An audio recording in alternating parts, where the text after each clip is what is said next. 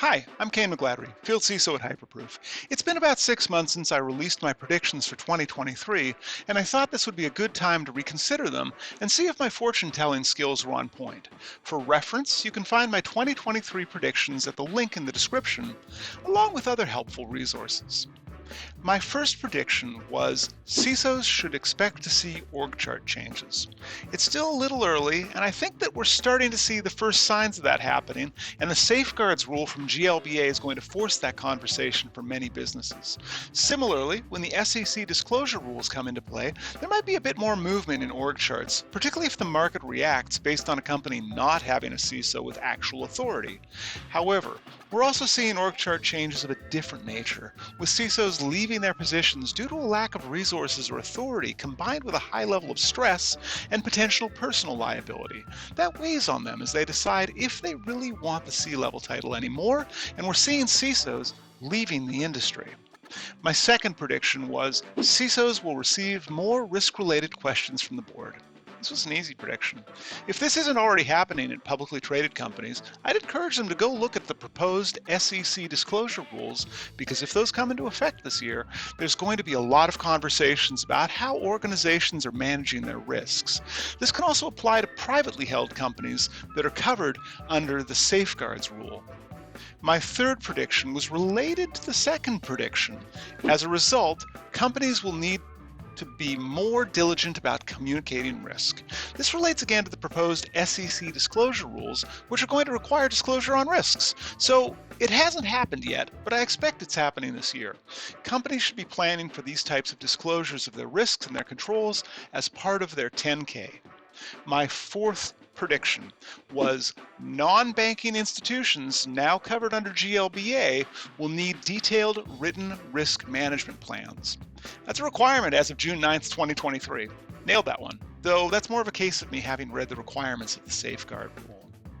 My fifth prediction was CISOs will need to invest in internal assessments as more security breaches hit the news.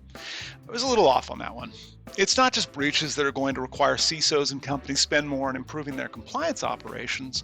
It's the sheer number of regular audits and assessments that companies are having to deal with, whether it's for insurance purposes or discovery as part of litigation or getting a compliance certification or knowing if their security controls are actually mitigating risks.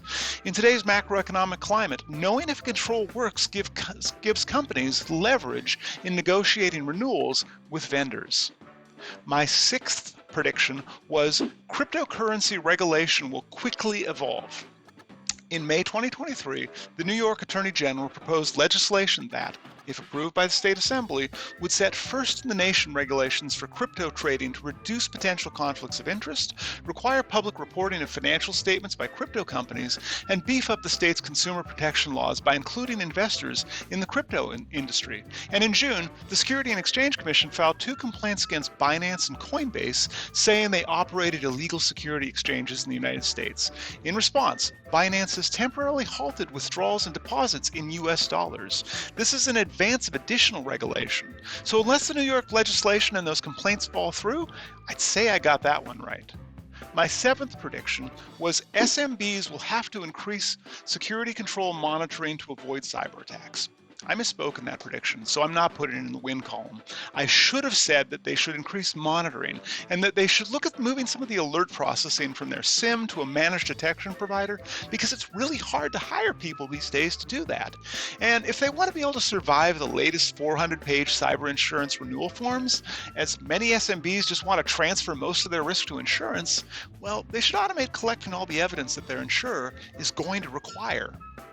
My eighth and final prediction was companies will look for more granular ways to articulate risk for insurance purposes. I was mostly right about that one, and the insurance industry's covered the rest.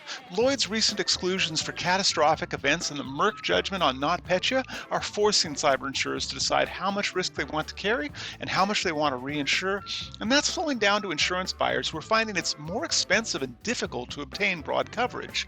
So knowing which risks a company can self-insure and at what cost, that's useful, but not 100% on the prediction, though that was pretty close.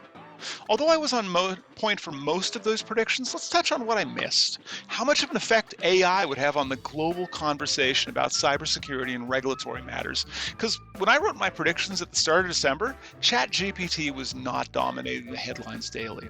At the risk of making a couple new predictions, I'm going to predict that those companies that use AI to simulate adversarial testing of their controls are going to be in better standing than those that don't, and the whole vCISO market is going to be dramatically reshaped, as it's cheaper to have an AI draft initial policy documents, provided there's enough oversight by experts. So that's my review of my prior predictions. Let me know what you think in the comments below. Thanks for watching.